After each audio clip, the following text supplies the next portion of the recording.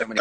Hey, what's up, Dude, I dude? joined the 21st century. I know it's incredible, right? I mean, I wish we weren't in the 21st century right now, but Right? We could sort of dial it back to yeah, could maybe. we dial it back to the '90s when, like, you were in a famous band and or those sorts of things? I was coming to see you. Life was simple. Man, your lighting is so much better than my lighting. I did. I've been working on this for a while, man. You're in your backyard. I'm in my front yard, actually. Oh, all right, all right. Yeah, in beautiful Pikesville, Maryland. There you go. Beautiful. And I see you have a You'd have no idea the country's probably on fire. craft beer. You have a nice craft beer on you. I have a cheap beer. Oh, really? Look at you. Well, it's not that cheap, I guess. I don't know. Whatever. I remember being in the studio and you were always, you wanted those nice craft beers, and we were busy drinking Natty Bows. I can't. It's what the hell is it? It's a Saranac Hazy IPA. Oh, yeah, that's nice. All right, Yeah. that's all good. Yeah. Yeah. How you doing, buddy? What's going Any on? big storm at this point. I don't know. Does any of us know? Do any of us know how we're doing? No, How are you? I mean, I want to I'm know. okay. Like just New York has been kind of crazy. Is there a lot of protesting going on in Baltimore? I think there is, but we live in the suburbs, and where the studio is kind of like out of the way, right? So the studio is kind of downtown, but I think the protesting in Baltimore has mostly been around City Hall, which is not that close to us. So it's pretty weird. There's like a weird disconnect. Like the closest to any, because I've been going down there. I haven't had a ton of work, obviously, because people can't come into the studio. But I've had a little bit of work, had some mixing and stuff. So I've gone down there, done kind of short days down there. And when I was coming home, I'm usually I've been coming home around 7. And the other night, 83, which is the highway that goes into the city, the inbound side was blocked off by cops at sundown. And I was like, okay, this is like, maybe this means like they're saying don't go downtown because shit's going to happen. But I think it's been fairly uneventful in Baltimore City. But it's weird because I haven't That's seen it. surprising. That's really surprising to me. I would have thought that Baltimore would have been like fucking a shit show. Well, It's like I think a lot of people are out protesting, but I think it's been like peaceful and pointed. Like it's been about what it's about. And like Brooks had this, I mean, I think I'm kind of the mind that the people who are really starting the shit are agitators, and they're people who are trying to subvert the moment to start shit. It's like white supremacists, like, I hate even saying the word Boogaloo Boys or whatever, but I feel like those are the people who are starting the shit. And Brooks was really funny the other day. I was talking to him, and he was like, I think white supremacists are like, let's not go into Baltimore City, So I hope that's true. yeah, I could totally see that for sure. Yeah. Yeah, it's definitely like I feel like the looters and stuff here is an organized situation. It's been pretty obvious. Yeah. It's not just random shit. It's like people rolling up with Mercedes Benzes and having their stuff thrown back of them, and so it's the whole thing is a mess. And I don't, it's almost like I've been afraid to say anything online about how I feel about it because I feel like I'm just going to get jumped on by either side. You know what I mean? It's like, we're small business owners, but yet, we obviously back the people who are protesting, and it makes sense. And I almost, I'm like, oh, okay, you want to loot? Go for it, man. Like you're angry. That's fine. But it's, there's always these sort of bad actors involved in the situation that make it illegitimize the situation. And that's the sad part. It's fucked up because people are making a point, and I feel, and of course with the COVID thing, like on top of everything, I've been saying that if Right. No, if there isn't a massive outbreak, perfect storm. Yeah. Yeah, it's a perfect storm. I've been saying, Exactly. Like, if there isn't a massive outbreak in the next 6 weeks, I'm just going to open the doors of my bar and let people in, because it's like, if you got to, there's got to be a lie involved in here somewhere, because literally they should just fill Madison Square Garden right now. There's like 30,000 people all side by side. You know, like right. it's crazy. I mean, I think like, I don't know. It does it that part makes me worried when I see like to see the giant like throngs of people in the streets, and I just think like, what's going to happen, 2 weeks from now? How many of these people are going to be really, really badly sick? But I think it's like, I mean, it's also really heartening to see like so many people out, especially like we were just looking at CNN, and DC is just like full, like everywhere that, I mean, like you just couldn't see where the people ended, you know? And Yeah. it's like, and it's completely peaceful.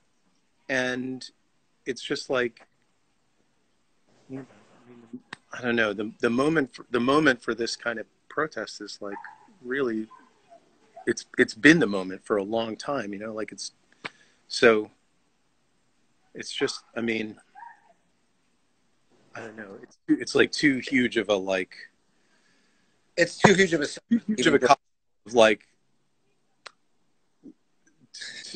like, yeah, I mean, I can't even process it, right? Like, because the other part, like the huge part that's been, sort of scaring the shit out of me is just this sort of Trump, Reichstag fire part of it, where I think there are people around him who are looking for an opportunity to exploit whatever disorder you got in order to, like, kind of do their straight up Nazi takeover, and I feel even ridiculous saying that, but I mean, it's kind of like that, No, it's so hard to say stuff like that, and or even to think it. Well, Yeah, it's but not to think it. yeah, for sure, for sure. I wanted to. So let's talk about more positive things. Let's talk about. I want to. While we got a bunch of eyes on this, I want to talk about your GoFundMe for your Biddle Street complex, and then we'll get into your history and music. But just, I don't. I could explain what it is, but I'd rather you explain what the Biddle Street complex is and the GoFundMe and all that stuff.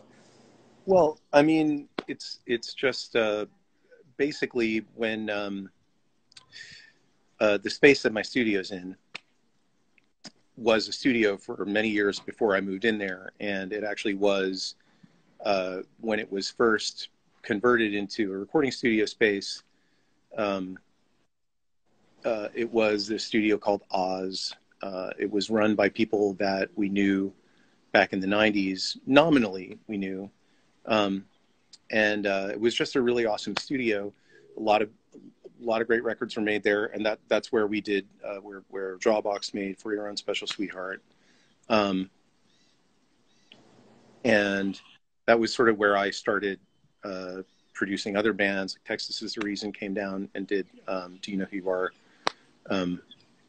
with me there, You didn't and own this other time? great were done down there. Like Girls Against Boys made records in there. Shudder to Think made records in there. So, and it was always like this. It was this space that had a special magic for me, and it happened that when I moved up to Baltimore and I had a studio, it became available and I was able to move in. So when I made that move, Brooks Harlan came with me. He had his amp repair and design shop that we had shared space in my previous space. So he came along, and then with his amp design and repair business, and then Jamie Healy, who's really amazing, he sort of partnered up with Brooks to do a luthier business. So we had these three things in the same space, and it all sort of, we all kind of have this symbiotic thing together where, you've come into the studio you're working on your record, the guitar's intonation is fucked up, you can literally take it through a door and Jamie can look at it and fix it, you know, or like bands have ended up using, you know, buying amps from Brooks, or like because, or getting Brooks to make amps for them because they used amps that he designed and built in the studio. So it's just like a symbiosis among the three of us, and a real like kind of feeling of community that we have. And so, and basically, obviously, like everybody else, when COVID-19 happened, everything just kind of hit a wall. And so we were all kind of freaking out about, you know, what are we going to do because, you know, if we can't stay in that space, this studio space, which is, I'm almost less concerned about the fact that it's my space and more concerned about the fact that it's a really great space. Like, I want other engineers to use this space. I want people to record in this space because it has something it has a thing that's really rare. And anyway, so if we lose this space, basically we've lost a lot, because we lose the space, we lose probably the ability to like have, you know, everything that we're doing kind of coalesce the way that it has. So, I mean, basically we just, you know, asking for money is not exactly my first, you know, thing that I go to, but we just thought no harm in putting up a company. And so that's what we did. And it actually was amazingly helpful. People did really, you know, come to our aid. So, yeah, the space is, you know, having been there a bunch of times, and you're totally right. It's one of these places, like, you just feel the community when you're talking about these people like Brooks and like the people in War on Women. Brooks plays in your solo band. Just everybody is just so nice and so common. I bought an overdrive pedal off of Brooks because it was the same one that he had bass amp for that. Right. Yeah. I mean, that's Brooks' record. He's just an amazing dude. Like, he has amazing ears. He has an amazing technical knowledge. Like, he's just like an even keel, great problem solving, imaginative. He's just a brilliant dude. And and it's the same thing with Jamie. It's like really inspirational people to be around. And it doesn't, you know, I mean, the fact that it's businesses is like, you know, like, it has to be a business because this is the world that we live in, but it doesn't really feel like we're trying to have, that's not the point of what we're trying to do. It's really all, you know, much more kind of creative and just, you know, I don't know. I mean, I don't know how I sound. It's very community. It's very punk. It's very cool. And it definitely has like that 90s punk rock vibe to it. And it's fucking not in a bad retro way, in a good way. So anybody who Biddle Street, GoFundMe, go check it out. Donate a couple of bucks, whatever you can. It's worth it. You know, go record with Jay, because I can say from a personal experience, it is fantastic and fun, and he's there for you to make everything sound fucking fantastic. So let's get into a little of your musical stuff. So, I mean, you know, I've spoken to you personally about it, not in depth, but, you know, like, you've put out music that changed my life completely, particularly the Ones and Zeros Tongues 7-inch, which came out before the Novelty album. I vividly remember that. What's that? That was the first time we went into the space that's my studio now. And it was the first time we worked with Ian Burgess, who was like our like hero producer guy. You know, Ian was the guy that produced a bunch of Naked Ray Gun records and the first few Big Black, a whole bunch of Midwestern punk that we really loved. And he flew down. Blew me away. The drums were just just sounded huge, and it was like such a move forward from Gripe, and it was like you know, I was just completely blown away. And of course, that in sort of combination with Quicksand EP was like just, you know, for us kids on the East Coast, we were like, whoa, we didn't realize that music could sound like that, and the lyrics could be so smart, and and it was definitely like a movie thing. And then Novelty came out, and Novelty is such an interesting record to me because you could almost feel your influences on that record, like because it changed everything. That's very much. polite. Yeah, well, yeah. There's one song that kind of sounds like Helmet. There's one song that you could almost tell who you were touring with, but it was all done with your own special way of doing things, and it was I don't know, like I just like that record especially was such a big deal. I love that you re-released it, remastered it, and stuff because it definitely needed that for sure. Well, but it was here. That era of Discord records. It's like, I mean, it's interesting in a like sort of studio geek kind of way, right? Like, because that was from the era of like CDs were new, or relatively new, and John Loder, who was the guy who sort of oversaw. Right, John Loder ran Southern Records, which did all the manufacturing for Discord and distributed in Europe and so forth. So, and John had a deal like with Abbey Road Studio, like all those records were mastered at Abbey Road. But John was like an old school audiophile, and so he was like, CDs, forget it, who cares? Like the vinyl is the thing, right?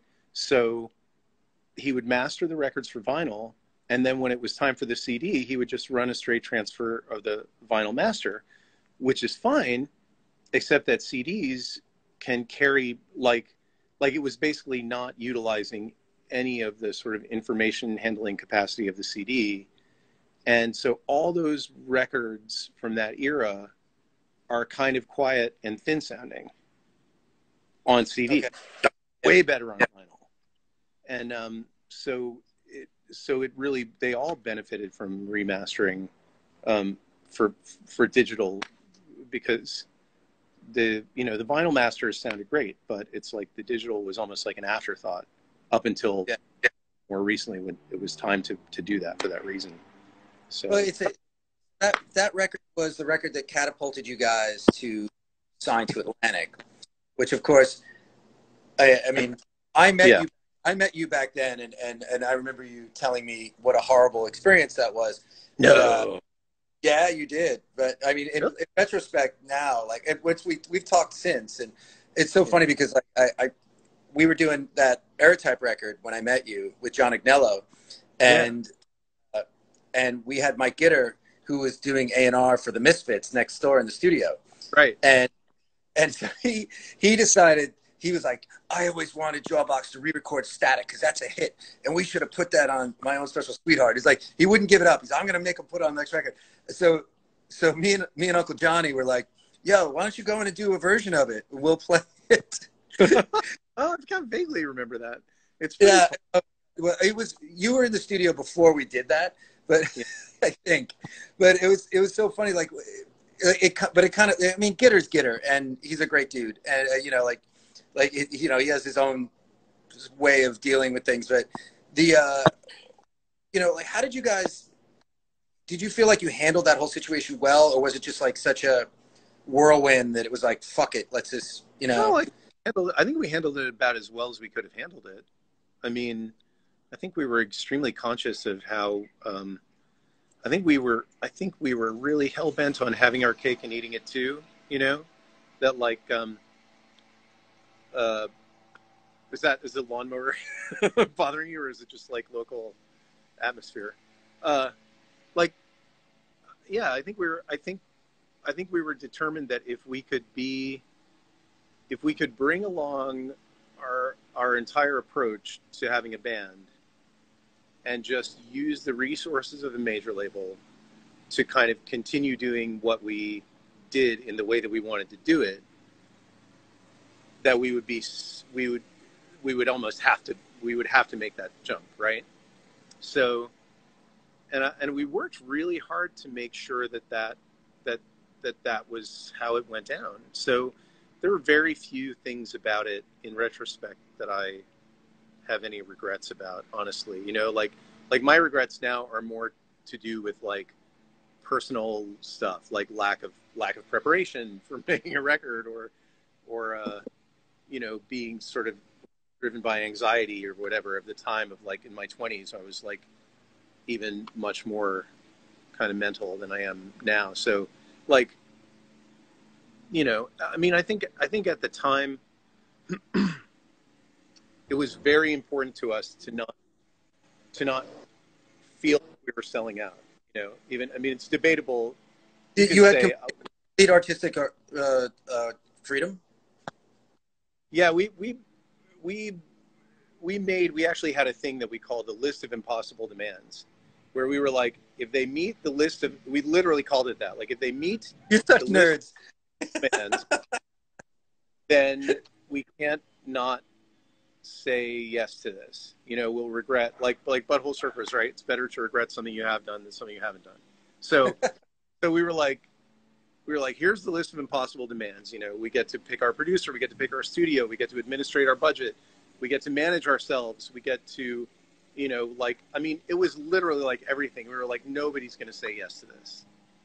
But, you know, like Mike Gitter, I mean, certainly came from the same, you know, same world. Yeah. That we out of, right? So it's like he understood that, and the timing, I kind of put a lot of it down to timing now, where I'm like, it was the exact moment at which every major label was going, well, we can't sign Fugazi, but we gotta like get our hands on this, right?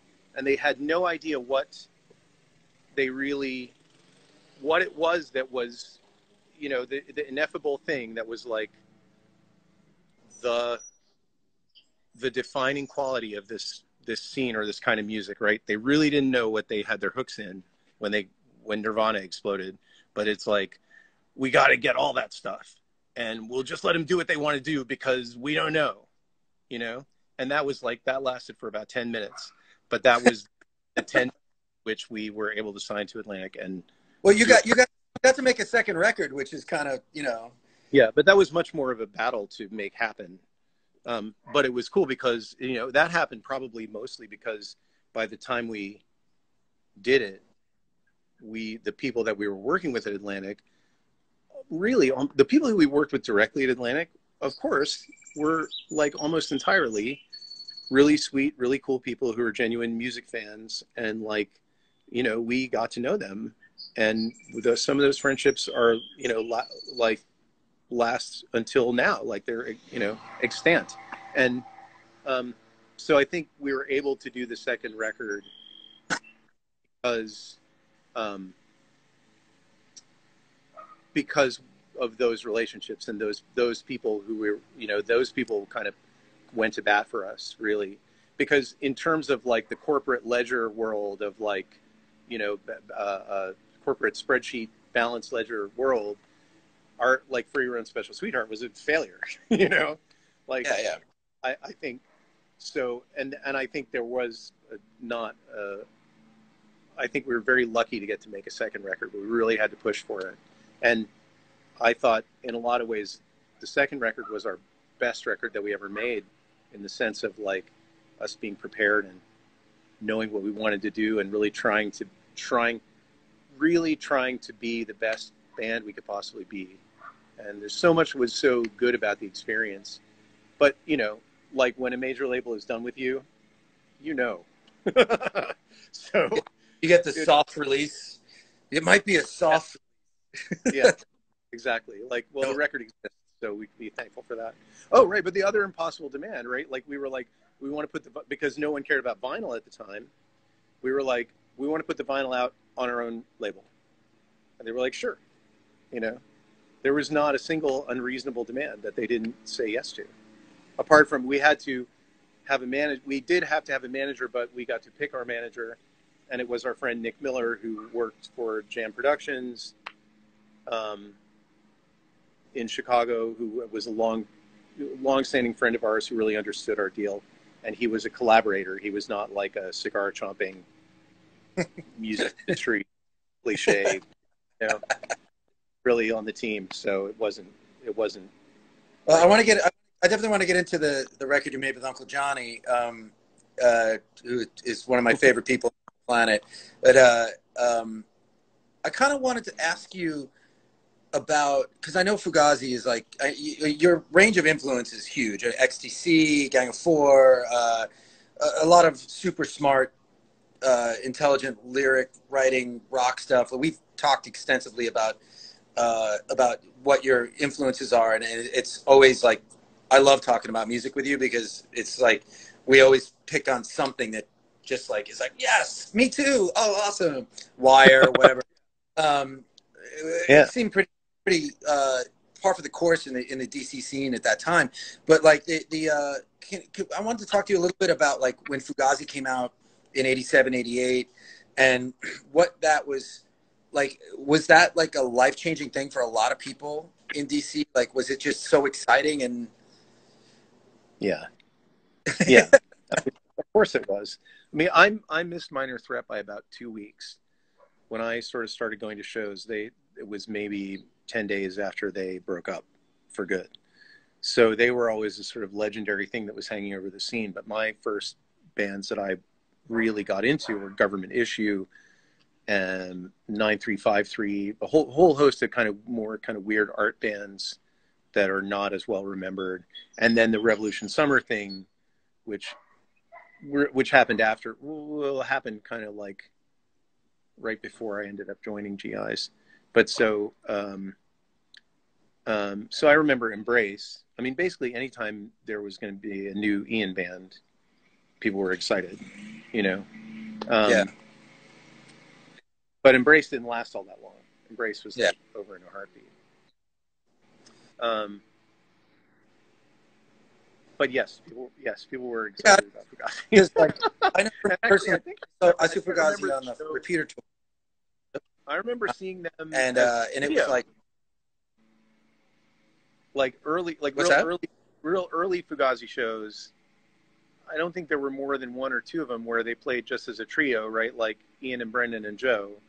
And I remember seeing Oh the wow, show where Guy got on stage and started singing with them more. And it was like in the audience as a suburban kid, it was like, hey, he's staying up there. Like, he's not just like, at first it seemed like, oh, he's like, he got on stage and we're like, okay, cool. That's Guy from Rites of Spring. Look at him go. And then we're like, he's not leaving, So that was pretty cool. But yeah. I mean, it's wild. Like there must be so many experiences from that time that were, like you could probably write a book about them, I'm sure. But lots of people are writing books about them and have. But it's I cannot write. My memory's not good enough. So I wanted to get around the time of My Own Special Sweetheart. How many you started producing and recording bands? Like when did that start? When did you start producing and recording bands? It started because Kerosene 454 moved to DC, and I knew Eric, their singer, from when he lived in DC. And he sort of reached out to me and was like, there was some, at various points, people would sort of have like a little, this is going to be, I'm scared to say this because I'm just going to say it. Fuck it. Like every now and then in certain pockets of the DC music world or in fans of DC punk, you would get like a backlash against the Inner Ear. I think because it was like the place. So, like punk rockers are always trying to like define themselves in their own kind of thing. Well, that's their thing. That's not going to be our thing. We're going to do our thing. So I think there was periodically people would be like, well, we're going to record at this other place. There were other studios that people would go to, blah, blah, blah. And I think also like for Jawbox, we have, I've had amazing experiences at Inner Ear and I fucking love it. And I think it's a great studio. And Don Zantara is like A legend. Yeah. He's amazing. Right. So, but I remember at the time in Jawbox, like being really like, because we had this obsession with Midwestern punk, Ian Burgess and Steve Albini, and like wanting, the sort of big roomy drum sound, and Inner Ear's kind of a small room. and always being on this quest for this room sound. So we had done For Your Own Special Sweetheart, and Eric was like, my band is moving. They were in California. He's like, we're moving to DC. We're ready to make a record, but we don't know where we want to record. So I was like, you should do it up at Oz with Drew Mazurik, who was the engineer who worked on Sweetheart with us. And so they asked me to come along and sort of produce at that point, meaning like just kind of be a coach, right? Be like another guy who knows the material, who's sort of in their corner, blah, blah, blah. So that was the first time that I ever, quote unquote, produced a record. I really loved it. And then did you go to not long after with Texas Is the Reason, where I think, you know, they were fans of Jawbox and sort of felt like I would be a kindred spirit that might help them, you know, just kind of have their back kind of thing. So what kind of training did you do as an engineer? Nothing. Like really? bothering. I mean, I was not an engineer at that time. I was like a pretensioneer. Like not even really. Like I would hassle, you know, anybody that I recorded with, I would hassle them for information to whatever degree they could give it to me, or I didn't even understand what I was asking half the time, you know, because I was after that like Ian Burgess sound in my mind, but I didn't know, you know, even Ian, I was like, we need more room mics, right? And he's like, yeah, sure, you know, but really that's not what it's, you know, but at my time I was like, room mics, definitely. But anyway. Well, so a really good drummer is usually the key. That has right, really, it's like the thing. You know like, that now. Yeah, you know, see, the secret weapon is Jeffy G. 85% not anything the engineer is doing. It's because the drummer is totally. Yeah. It's so awesome that you say that. I mean, it all comes from the feel and the just like you record with Jeff Gerstenblum a lot, and like Jeff is, I played in a band with Jeff, and you know, his tone, his playing, like you could throw. Jeff sounds phenomenal on an iPhone. Yeah, like, I know. You know why? Because he sounds a fucking why. iPhone. Yeah. Yep. Amazing. Yeah, and it sounded fucking great. I couldn't believe it. I was like, dude, how long did you take to fucking do that? Like, oh, by the way, I want to thank Lepesh Band for donating to our staff tip jar, which they donated all the proceeds for their last single to our staff tip jar. So thank you. I know, Jeff. Thank you. Yeah, I'll stop it. But yeah, so moving forward, like, you know, what records have you recorded yourself, of yourself? The solo one, right? The new solo one. Yeah. And Channels Records and Office of Future Plans Records and a fair bit of Burning Airline stuff. Like John and Yellow we did basic tracks with him on sort of like 1.5 of those. No, wait a minute. I take it back. He mixed the first one. Yeah. He tracked basics on a little more than half of the second one, and I did all the other stuff on and then he mixed the second one as well. But I did all the tracking on the second one. How much of that how much of that was you in the studio by yourself? Just like going over guitar parts and vocal parts. Like did you always have somebody with you, or you like always? Burning Airlines was all pretty much like any time that I was doing guitars or vocals, it was almost entirely just me. My friend Peter Mancini helped out a little bit on some stuff, but a lot of it was just me. Like I was super like sorry, I just saw that enough for the Genster Bloom shit. That's nice.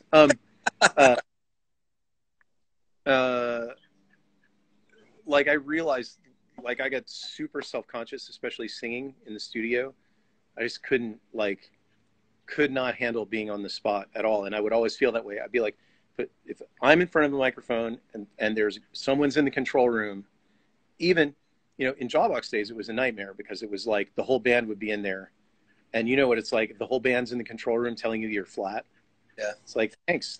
You're really helping now. Yeah. You know, you need some deaths. Yeah. But like, so then, but even though like like John was amazing. He was amazingly patient, Oh, and a lot with Jawbox stuff. The last Jawbox record, you know, it would just be me and John for a lot of it, but I would feel like I was, you know, I don't know. Anyway, I just thought like I can't put somebody else through that. Like I'm gonna like I have to work on it until I can't hear myself singing. Like a certain percentage of it is going to be shitty because I'm just not that great of a singer. But like I have to know that I've done everything possible to like mitigate the shittiness, and like I can't put somebody else through it. Like waiting and like they're just waiting for me to not suck. Like I can't have it. So I just would do it on my. And the same kind of goes for guitar. But what's weird is like in and then more recently I became slightly less neurotic. So like Matt Redenbow, who's been my assistant at Magpie Cage, like he co-engineered a lot of stuff in the last, like the solo record and the channel songs that we did. And some, you know, like he's been, because he's just much more, he's just got a great vibe. So it's not, and I'm not quite the self-loathing nightmare that I have been in the past. So, but like, what's weird is with channels, I was recording like a lot of channel stuff. I did obsess about the vocals, but like a lot of the guitar stuff is just live, and it ended up being keepers. I think like the live takes were keepers. And I think it was because I was too occupied trying to do the engineering and playing at the same time. So I couldn't, it was like the engineering distracted me from focusing on my guitar playing. Because if I focused on my guitar playing, I would start to realize how I suck. So I didn't have time to focus on how bad I suck, and consequently I actually did okay. So anyway, whatever. I can just picture you. I could picture you sitting there just reeling, just hitting record over and over again, like fuck. Yeah, fuck. Yeah, and then really wishing that somebody else was doing it because you can't punch in on 2-inch tape like and play guitar. So. Yeah. I gotta say, so do you still have this hang up about your voice? Because one of the things that like I've always loved about first of all, the harmonies in Jawbox were something that, and Burning Airlines were always something I really fucking loved. It reminded me very much of the shoegaze shit that I love, like Ride and Slow Dive and whatnot. Like you guys kind of hit that spot for me. And it's interesting because like what I was always jealous of your voice is the subtlety and the sort of like the downplaying of your voice. You know what I mean? Like you rarely ever went like, you know, like, but everything you're doing was articulate and cool and always in key. And, you know, like, I don't know, it made it was something that, you know, as somebody, like I've been a singer in bands for years, and, you know, everything I do is, of course I have to fucking be like that guy. And I was always jealous of like that. I was like, oh, why can't I just sing like that? And then I'd get in the studio. That's hilarious. It's like the most wonderful therapy session ever. But like, because I would sort of think from the other way around, right? Like I had a point I think in Burning Airlines where I realized, no, it was definitely in Burning Airlines where I realized that I was like I was listening to Jeff Buckley, and I'm like, we're never going to be Jeff Buckley. Right. Well, I'm like, that's an actual singer. Like that's someone whose voice is his instrument, and like the whatever is inherent in the song, he's conveying it, you know, like it's not just like, it's like so far beyond just hitting the notes that it's in this other realm. And like, but it doesn't have to be Jeff Buckley. Like Mark Eitzel can do that, right? Mark Eitzel can sing, and there's a few singers I know like who I really idolize who can be off key and who gives a shit. Like Mark Eitzel is a perfect example of like when he's off key, he doesn't sound off key and you wouldn't notice because you're weeping because he's fucking incredible. He's just got you, you know? Yeah. And like whatever the content of the song is just like reaching out and grabbing you. And I was just like so despondent because I was like, I'm so far from that thing, you know? But it's also about knowing what you want to say and like, you know, I mean, I'm just better about all that stuff now because I'm like, you know, I mean, probably maybe you know, I don't know. A lot of people probably reach this point when they're like sort of over the hill. They're like, you have a finite amount of time, so why would you waste it on like beating yourself. Yeah, totally. And have to like, oh, I'm just no good. You're like, you're going to do this fucking thing, right? Like, because the thing that you're doing, in this case, it's like making music is like, you know that your life is not worth living if you don't do it. So you got to do the thing. So then you're like, you just got to do the thing the best you can do. But there's only so many hours in the day. And in fact, there's only so many hours in your fucking life. So you just have to do it and not get caught up in a me. Well, yeah, it's also the 90s and we don't have major label budgets. But yeah, like your solo album, which is fucking awesome. And like when you played at Vitus, man, I was like, there was a group of us that were just like fucking flipping out. It was so good. And, you know, it's like you did a couple of Burning Airline songs and like whatnot. It was just awesome. But like that record, and let's talk about something. I know Chris Enriquez, who normally runs this AOQ, who's my drummer in Primitive Weapons, who's an incredible drummer. Pete fucking Moffat, dude. Holy shit. And it was so funny because downstairs at that show, I was talking to him about Miles McPherson, who he roadies he teched for years, who I worked with, and who's an incredible drummer as well. But I mean, for the fact that Pete Moffat teched for anybody is beyond me. Everybody should tech for fucking at all times. That guy is incredible. Pete's pretty hard on himself. Like he holds himself to a very high standard, and he doesn't. It's very hard for him to admit to himself or anyone else what a badass he is, you know. And it's really funny because like it's undeniable. Like to everyone, to anybody who ever sees him play drums, it's undeniable that he's just like a force, you know. But to himself, he's like, I will work harder, you know. So yeah, it's got to be super fun to record him. I mean, it's just like Jesus Christ. Yeah, Burning Airlines records. He just like, I mean, he's ripping.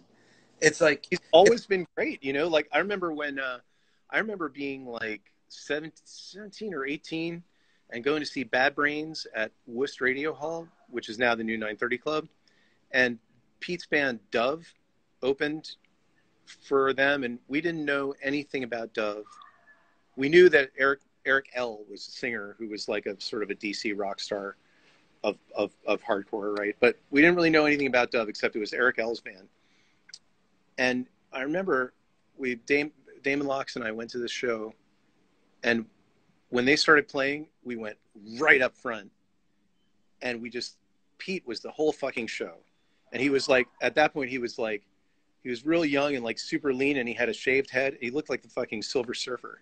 We were like, Silver Surfer's playing drums. Like, and he just slayed it. He was super fast and so like technical, but like everything, just like, we were like, I mean, he was the best drummer I had ever seen play.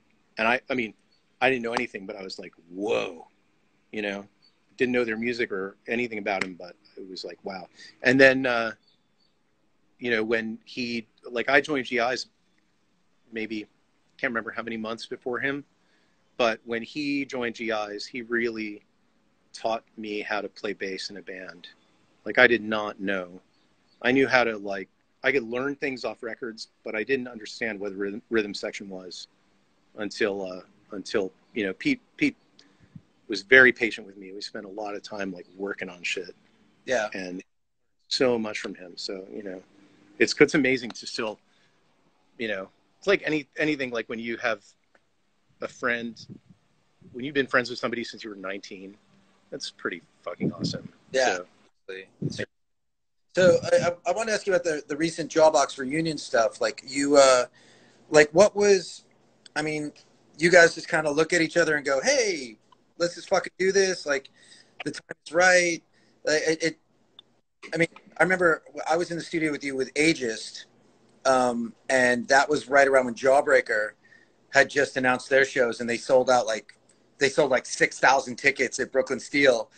And in my, you know, half drunken state, or fully drunken state, I was probably said like, hey, Jay, it might be time. I don't know. Jawbreaker just sold 6,000 tickets. And I think you turned to me and you went, yeah, we're not Jawbreaker. Mm-hmm. But I mean, I got to say, you guys did pretty well, you know, and like you followed the new paradigm, which is, you know, do the weekend thing, and it's super cool. And I I thought you guys were fucking awesome, even though like I actually touched somebody at the show and they got really upset because I was like really excited. Yeah, I was standing next to Chris actually, and it was like I'm like all excited. I forget what song you were playing, and I might have like rubbed arms with somebody and like, hey, and I was like, all right, sorry, 48-year-old person, you know, I'm 47. Didn't mean to Right. be excited about the show, you know. But it's funny now in retrospect with the COVID thing, you know, don't touch me. Right. But Yeah. like, Yeah, so get used to that. you guys, I'm guessing that that was a huge success for you guys. You know, I mean, are you going to go back to it after this is all over? Or are you like playing the waiting Well, game? we had plans for 2020, which, you know, everybody had plans for 2020, right? But and I think, you know, that we're just pushing them off to 2021. So that's, you know, hopefully we'll be able to do it. I mean, it was something that we had to think very seriously about doing before we did it. But I think what happened was we were, you know, Kim and I would crack jokes about it. Zach and I would crack jokes about it for years.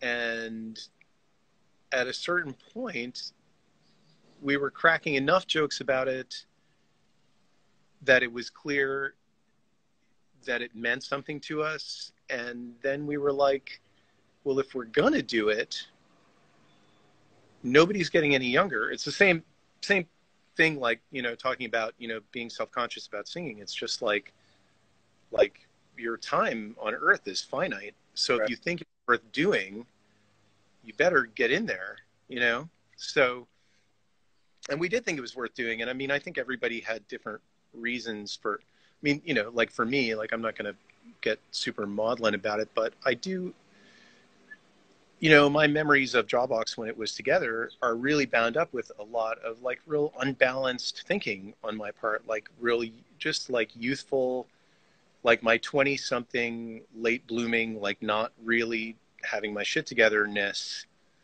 is pervasive in all my memories of Jawbox. And like, um, you know, I've worked very hard to sort of get my shit somewhat more together in the intervening time. And our friendships have all survived despite all kinds of crazy ups and downs and geographical distance and everything else.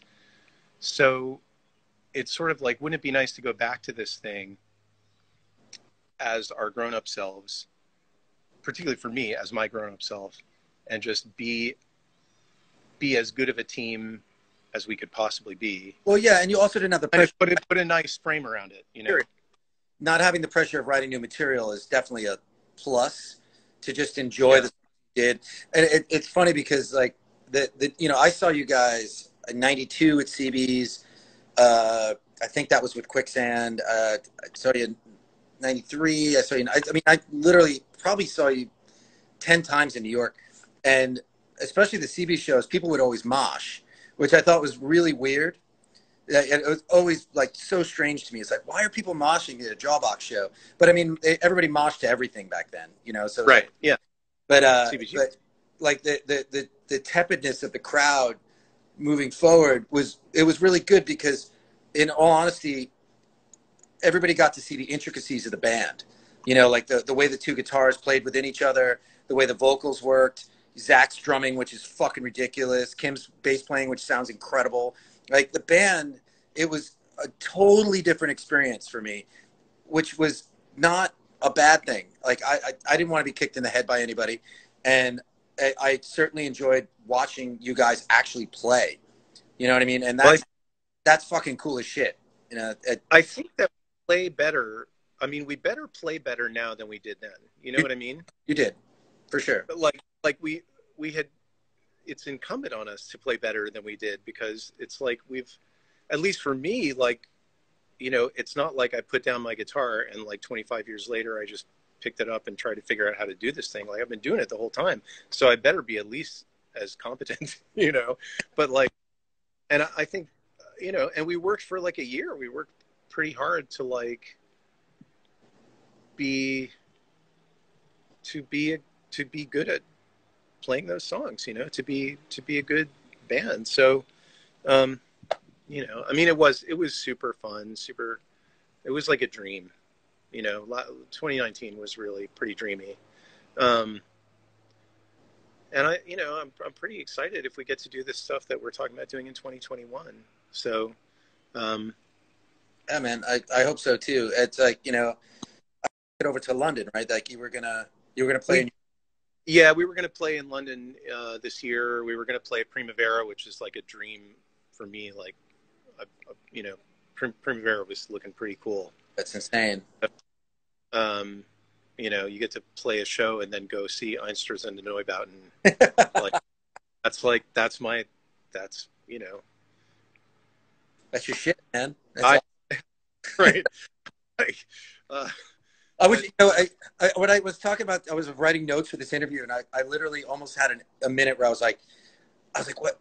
We could just talk an hour about XTC. That would be awesome. I know other people who are much more better informed XTC geeks than I am, but I mean, I'm a super fan though. You're pretty good. You're pretty good. And, I mean, I love, again, like your musical influences are so vast and cool and weird, and I especially hear it in your lyrics, you know, like the Andy Partridge thing, although, you know, he's a storyteller, so are you, you know, like, but you know, you tell stories about a car crash or something, you know, it's like fucking well, right. Weird though, because a lot of the Jawbox songs I don't really know the content of the story. Well, they're a little bit esoteric, yeah, but I mean, but at the same time, it's, you know, it like you're out there with it, and Andy Partridge is out there with it too. You know what I mean? Like he's just weird, just fucking, you know. And it was funny because I didn't know anything about your XTC thing until we recorded together, and I was like, oh, now I get it. It's totally weird. I mean, I hear the wire thing. I hear like the sort of angular guitar parts that you get into, but like, man, like, yeah, like I remember I think I watched that XTC documentary just before I went in the studio with you, and so I was like filled with like, I got all this knowledge about Andy Partridge, you know, like he's a fucking total freak. You know what it is to me? I think a lot of times it's a certain kind of harmonic thing that I really get, that really pulls my ear, and it's like a lot of like, it's a lot to do with inner voicings, you know, like inner chord voicings, like harmonizing, either like having a melody that has some strange, that has some unexpected intervals in it, or a way of harmonizing something that's really straight and sweet that sort of subverts it and makes you go like, oh, everything's not quite all right, is it? You know, and anytime something like that, I'm like, oh, I'm a fan. You know, it just, not even I'm a fan, I'm just like, it just gets me. So it's like trying to do that thing that, you know, that gets me. That's the project, you know, and XTC is full of that stuff. Oh yeah, big time. A lot of tension in those songs, totally. So we got a minute and a half left, and they're gonna cut us off. I want to thank you for doing this with me. I really appreciate it. Oh, thank you. Like it's you're always a pleasure. You're nicest guy in rock for sure. And well, it's always nice. Like you're like the sweetest, and you know, hopefully we can have you back at Vitus someday when we're allowed to be open again. Yeah, really. that fucking fantastic. And have you played any live streams? Have you done any like? We're working on it. Yeah. You have personally done any? No. They're real, but they're fun. Nobody cares about me. You got to take what you can while you can get it. You know. I know. All right. Well, they're going to cut us off in 2 seconds. Thank you so much. Oh. You're the best. Thank you. Thanks so much. All right, buddy. All right. All right. Be safe. Bye.